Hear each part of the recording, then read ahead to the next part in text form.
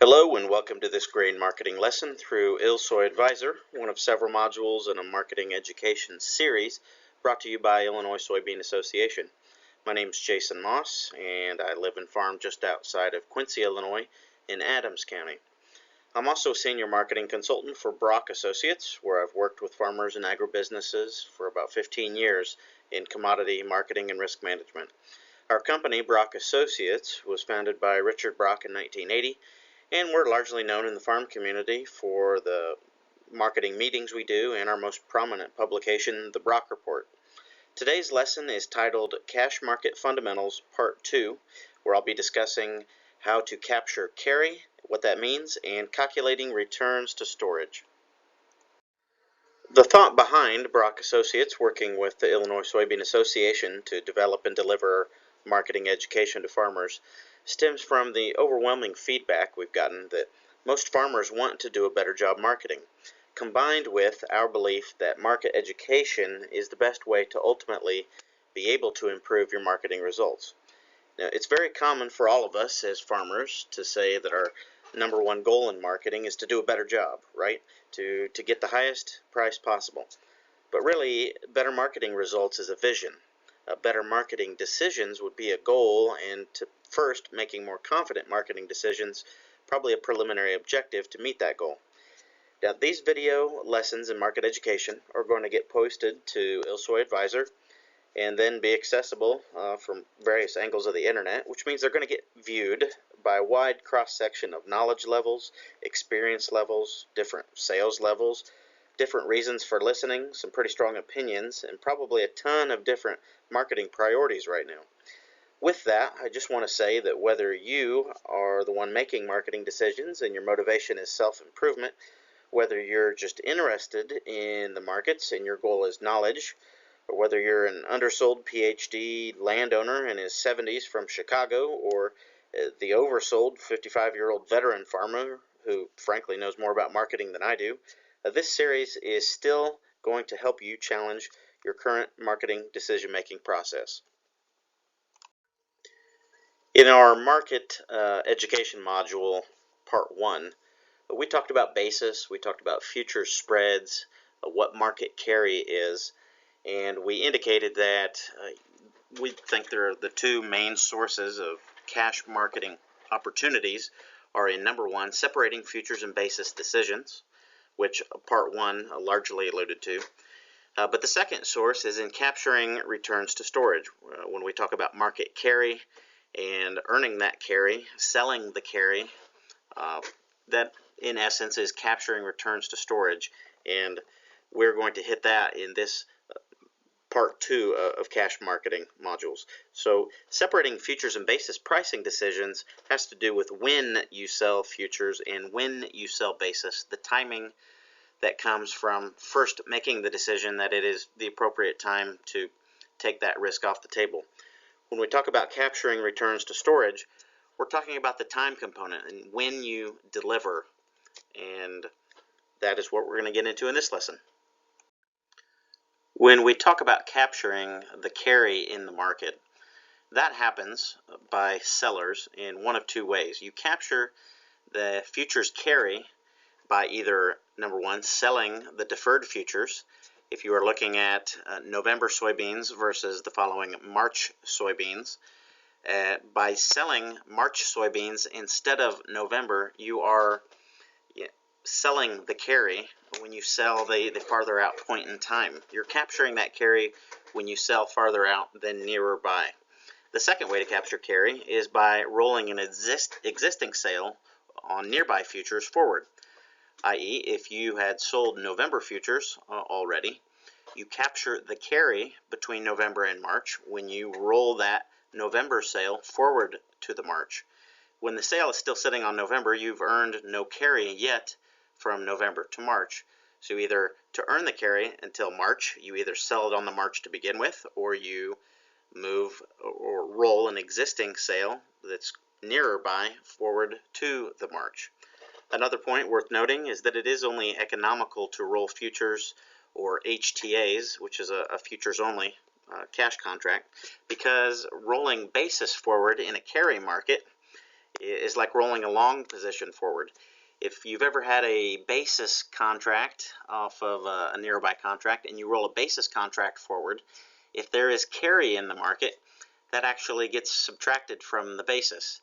In other words, if November soybeans have a basis of 10 under and March soybeans is 10 cents higher than November, then when you roll a November basis of 10 under forward to the March, you then have a 20 under the March basis contract. So if you're talking about rolling basis forward or a cash contract, which already has basis established in it, that you're not capturing the carry in that market, the futures carry that we're talking about here.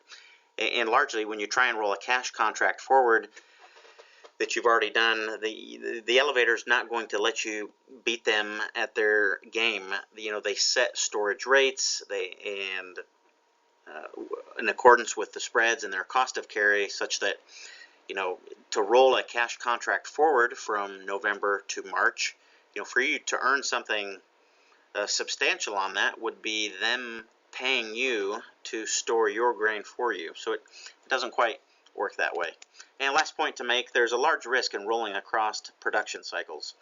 You know, July contract in corn or soybeans is the quote-unquote final futures contract of the marketing year, typically. Sometimes in soybeans you would consider August or possibly the September, but whenever you talk about rolling from one crop year to the next, that's where large risks occur, and spreads can do some pretty major things, as the seasonality between crops and the sizes of crops, the outcomes of one crop to the next can do some pretty wild things. And frankly, a lot of elevators have made it to where you can't do that as a matter of policy.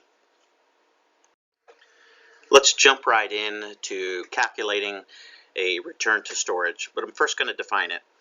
When you talk about a return to storage, you're talking about the simultaneous difference between two cash prices, 2 points in time. Or it's the change in the futures plus the change in the basis. Typically, in commodity markets, unless we're in a really high demand or really low supply situation, there's going to be carry in the market. And again, carry is when, you know, the next futures contract is higher than the first, and the one after that higher than the second, etc., on down the line. But simultaneous difference in two cash prices, which means you can't, you know, take a November price today, the difference between that and a March price tomorrow. No, it has to be the difference between November and a March price today, or the difference in November and March price tomorrow. That's the simultaneous. So let's say, look at an example here. On July 5th, if the price profile you are looking at had basis quotes of a harvest delivery basis of 30 under, a December delivery basis of 15 under, and a February delivery basis of 10 under. Now those bases correspond with futures contracts. So the futures contract profile, let's say 9/30 November, would go with the harvest delivery basis, the 9/40 January futures with the December delivery basis, and the 9/50 March futures with the February delivery basis. And let's say those all combined to look at cash prices of $9 for harvest cash price of 9/30 less 30, a 9/25 December delivery, which would be the 9/40 minus 15, and a February cash price of 9/40, which would be the 9/50 minus 10. So the returns to storage, which is a gross return, because the net return to storage is going to be this difference in the cash prices, the margin of that over the costs. So we're just calculating the gross return. In this case, 25 cents for that first 2 months from harvest of October to December, and then 15 cents a bushel for the next 2 months from December to February. Now a lot of times we make the mistake of just simplifying the how long am I going to store decision to where the best bang for the buck is, and it looks like 25 cents for the first 2 months and 15 for the next two, that storing till December and delivering then is going to pay better than storing on out to February. The truth is that's not the case because of the way the underlying cost structure actually does look. When you talk about on-farm storage, with so much of the fixed cost component being up front, once the grain is put into the bin, the labor and the handling costs that you have to do that, and the commitment you're essentially already making for the unloading and delivery costs, that actually sometimes the longer you store can actually pay better. So you can't just look at the incremental cost on a gross return per month. And then the graphic at the right is just for pattern only, which shows how the seasonality of prices move from on the far left, harvest on October 1st for the year following, harvest to harvest. And it makes the basic case for storage that from harvest, when supply is greatest and the market is needing to incentivize and pay the greatest returns to storage, which are really incentives to hold off. The market's saying, I'll pay you to give me the crop later, not now. That prices on average do rise after harvest for that reason, which is the return and higher price that we're trying to capture by storing. As I said, we capture the carry in one of two ways, either selling the carry, which is selling the more distant futures to begin with, or rolling an existing sale forward. So as an example, let's look at selling the carry. On a Monday morning, January 20 soybeans, in this example, totally random, not this Monday morning, but on a Monday morning, January 20 soybeans are at 9.32, July 20 soybeans are at 9.56. At that point in time, the January to July spread is 24 cents, which is roughly 50% of full carry, which is 48 cents. And that spread got to 32 cents on May 24th. It got to 12 cents on June 19th. So it's had some variability in it. In this scenario, by selling the July 20 futures instead of the January 20 futures, you are locking in the 24-cent futures carry difference between the two. To sell January instead of July, you're not getting paid. You're not locking in any carry between January and July. So in this case, we're not rolling. We're just talking that by selling the July 20 instead of the January 20, you would be locking in that 24 cents of futures carry. That has nothing to do with whether you should or shouldn't do it.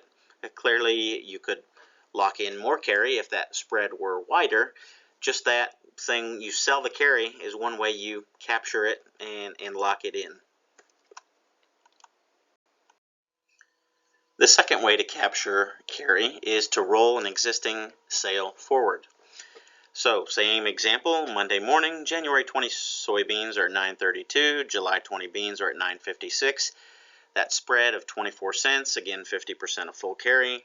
You know that it got as wide as 32 cents, got as narrow as 12 cents on those example dates. By selling January 20 instead of July 20 today, and then rolling to the July 20 when the carry got to 32 cents, would be locking in that carry of 32 cents. So you think of the buy low, sell high principle. When the spreads are narrow and a relatively attractiveness in price speaking, to buy low, sell high, when you roll forward, you'd be buying low and selling higher when that spread widens out. Just for concept, that you would be locking in 32-cent carry when you roll the January to the July when it's 32 cents. By selling July in the first place, you would be locking in the 24 cents at that point in time. One hallmark of rolling a sale forward is that after you make that initial sale, that it doesn't matter what the price does after that point in time. The only thing that matters with respect to calculating your net selling price is what the spread does after that initial sale. So with the previous example, let's say we sell January 20 soybeans when they're at 9.32. At that point in time, July 20 is at 9.56, and that spread, as we said, is 24 cents. Now, here are three different outcomes that could happen, scenarios, and before you would roll that from the January to the July. The first, the spread, in the first example, you buy back the January 20 soybeans at 9.50 and sell the July 20 soybeans at 9.82.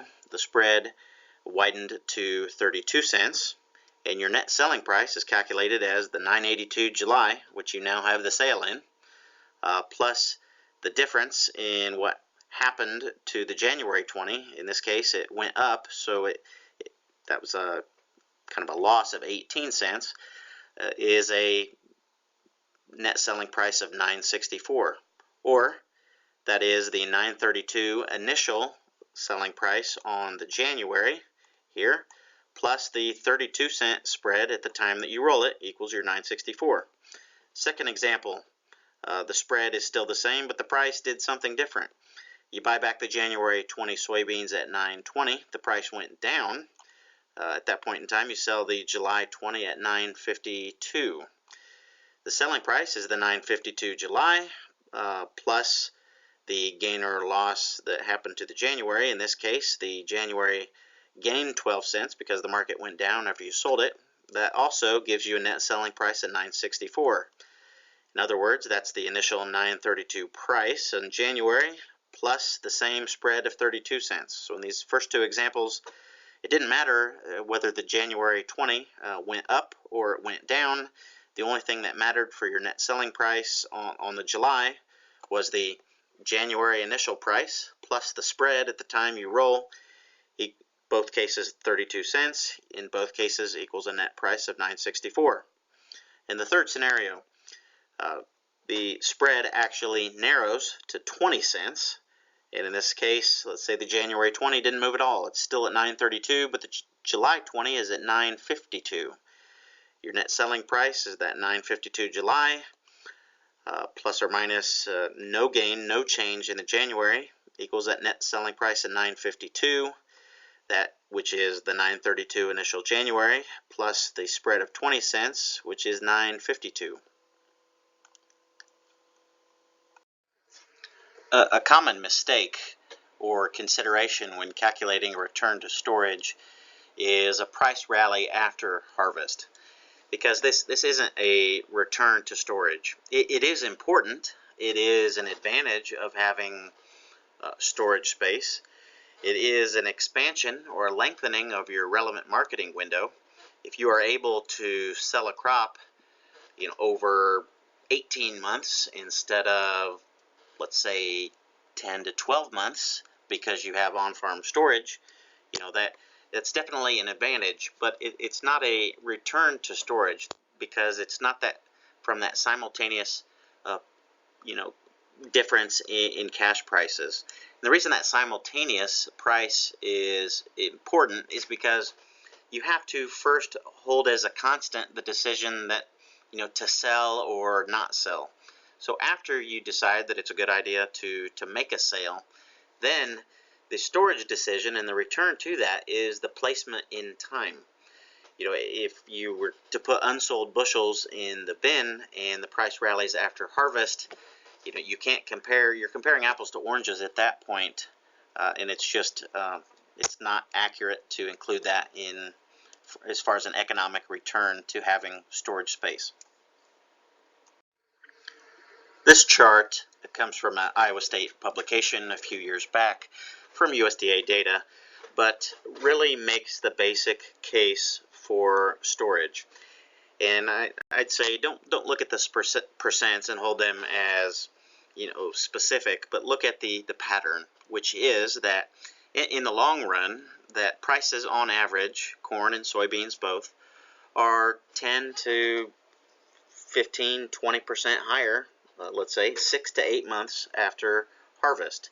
That at harvest time, prices are typically the lowest, as I said, when supply is greatest and basis is widest, and the logistical issues of trying to allocate a home for it because we produce it at much different rates and times than we use it, and storable commodities prices typically higher after harvest, and that curve there, those higher prices, that's the return that storage is paying on, that we're trying to earn.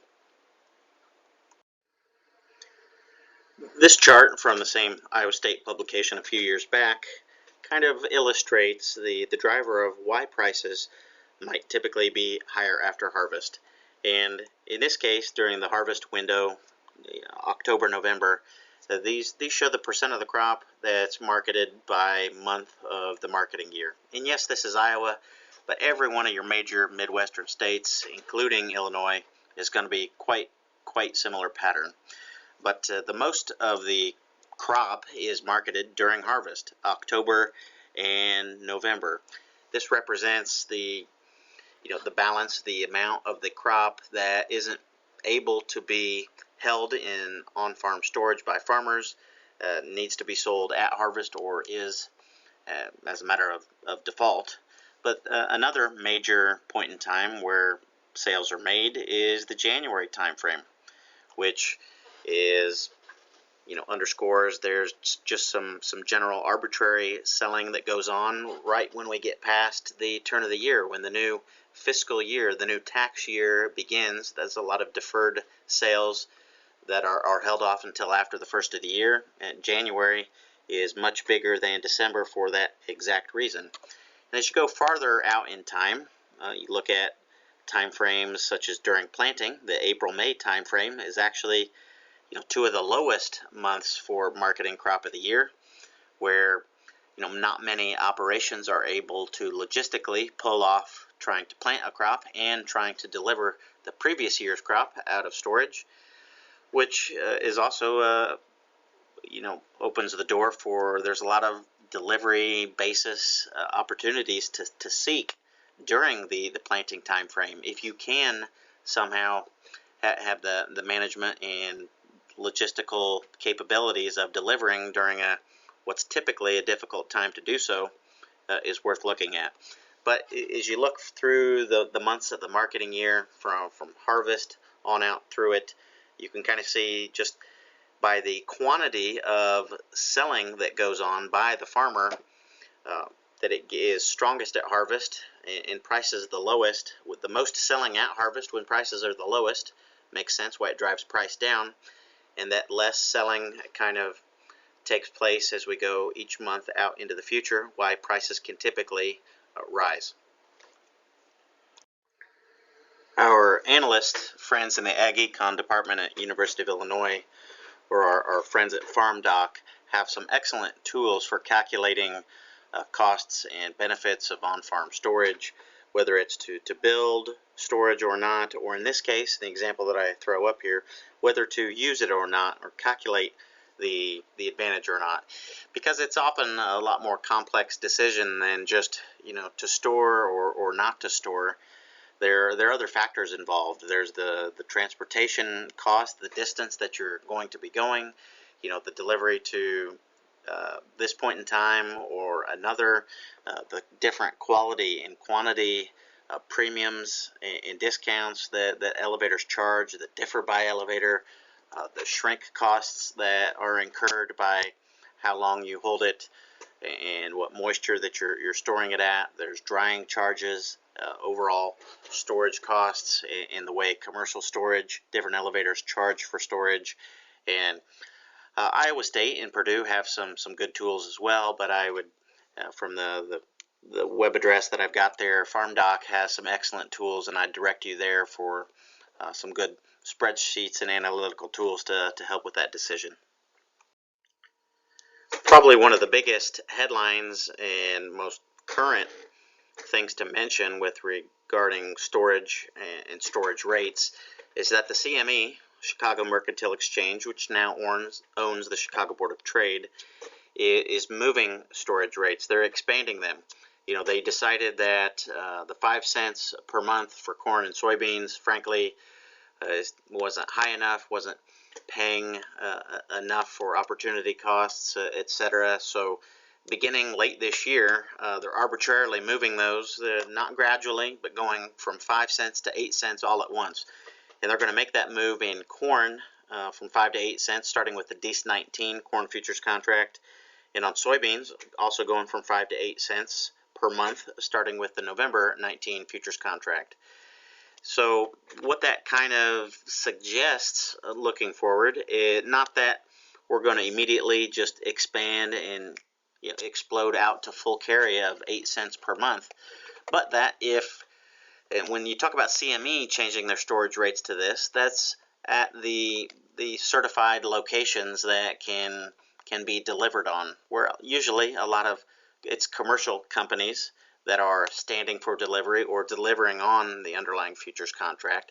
But the full carry and the spreads between futures contracts kind of follow that pattern, and it does open up the maximum capacity for full carry to be a lot wider. And the writing on the wall is that it may be, and it looks like it will be, more economical, that returns to storage will be higher from late this year going forward than they have been here in the past. Now, a lot of what drives that's obviously how big or small the crop is and what those spreads do, but that in a big crop or an average crop year, all else equal, that it's going to pay to store more going forward. So if you have been considering on-farm storage space building or such, this will frankly help fall on the side of possibly moving ahead and building some storage. A few years back, one of the larger farm credit associations in the country did a pretty comprehensive marketing practices survey amongst farmers, and they looked at the types of tools they used, and just some interesting findings relevant to this discussion are that they found the grain bin is considered by farmers to be the #1 marketing tool that they use. Typically, you don't think of the grain bin as a marketing tool, that it's kind of a means to an end. It can certainly affect the decisions, but considered by farmers to be a tool. And the survey says, some of the stats, 82% of farmers usually store part of the crop, 20% always store part of the crop, and 55%, a little over half, store about 75% or more of the crop.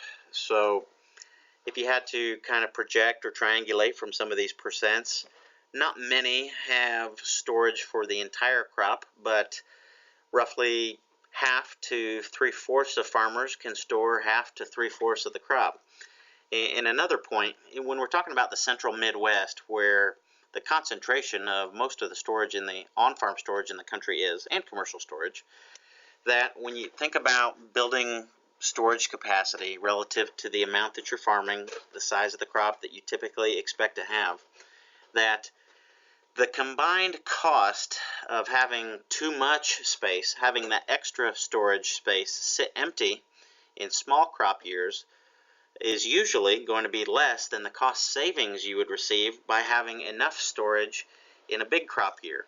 What that means is that having a storage space on farm that might be 120% of your APH production capacity, that the years where you won't produce that much, and let's say only your APH, that the years that the cost of having some storage space on farm sit empty, if you add all those up, that will actually be less than the cost savings you'd incur for that year of a big crop where you produce more than your APH and you're able to put it in on-farm storage versus deliver it at harvest when basis is extremely wide, and the penalty that we just exacerbate the system with too much supply. So just something to think about. This chart's a good visual to show the difference in the underlying cost structure between on-farm storage and commercial storage. And as I said before, you can't necessarily look at the gross return to storage only and think that the best bang for the buck. Some of the best storage returns on the gross side might be the month or two right after harvest, when you go from extremely wide basis and lower prices at harvest to the couple months after that, but that the couple months after that, while they might not return as much per month, that because of the cost structure could be some of the best, most economical times to think about storage. And it has to do with the fixed cost side, that you put bushels in the bin and you have a labor cost associated with that. You have a machinery cost, a wear and tear cost associated with that, and you're committing at that point to the cost that it's going to take to unload it as well. That versus commercial storage that charges maybe 3 or 4 cents per month, or 10 cents until November 1st, and then 3 cents a month, whatever it might be. That you're going to have a higher cost with on-farm storage up until that 4 or 5, possibly 6 months out in time, and then the least cost advantage form of storage is on-farm storage, where it crosses over and becomes a cheaper form of storage than commercial. The University of Illinois did a study a few years ago comparing the costs of owning corn of 3 different forms of owning corn over a couple different time periods. The forms of owning corn were on-farm storage, off-farm storage, which would be commercial storage, and then selling the crop at harvest and buying it back on futures, or in an account, buying it back on paper. And they looked at it for the 3 months from harvest, for out in time for 3 months. And then they looked at it from harvest out to 8 months in time. Now, the on-farm storage is holding it in grain bin capacity on-farm. Off-farm is commercial storage, and which would be relatively the same whether you're talking commercial storage or a DP contract or putting it on a basis contract. Those will come out relatively the same in most cases. And then the futures side is, again, buying it back on paper. And some key takeaways from this are that, first of all, that selling it at harvest and buying it back on paper was noticeably and decisively cheaper than commercial storage in the 3 months after harvest or in 8 months after harvest, which is the 3 months after harvest, 25.5 cents versus 29.7 cents. In the 8 months after harvest, the spread got wider to about 11 total cents, 40.5 cents to buying it back on paper versus 51.2 cents in paying commercial storage. The second major takeaway is that none of the other forms of owning corn hold a candle to on-farm storage as the least cost way to own corn. To own corn is another way of saying to remain unsold. So assuming that you don't want to sell the crop at harvest, what's your least cost way to keep that open, to keep that sale open and not have to make that sale now? And the least cost way by far was on-farm storage. Now, the selling it at harvest and buying it back on futures, there's no gain or loss on that futures figured into this calculation. So this has nothing to do whether it's a good idea or not to wait to sell it after harvest. If the futures market collapses after harvest, then clearly any of these 3 ways would not have been a good idea. It would have been better to sell it at or before harvest. But these look at, or holding that decision aside, once the decision in all cases is made to not sell now but to sell later, what's the cheapest way to do so? Well, no marketing presentation would be complete without its most infamous disclaimer, which is to tell you that there's a risk of loss as well as profit when trading futures and options, and that this market analysis presentation of mine was not a solicitation or recommendation to buy or sell any futures contract or security of any kind. Well, I'd like to thank you for joining me today in this market educational module titled Cash Market Fundamentals Part 2. It talked about capture and carry and calculating returns to storage, looked at storage rates and different costs associated with storing. My contact information is here. Feel free to get a hold of me with any questions at any time. Thanks and have a great day.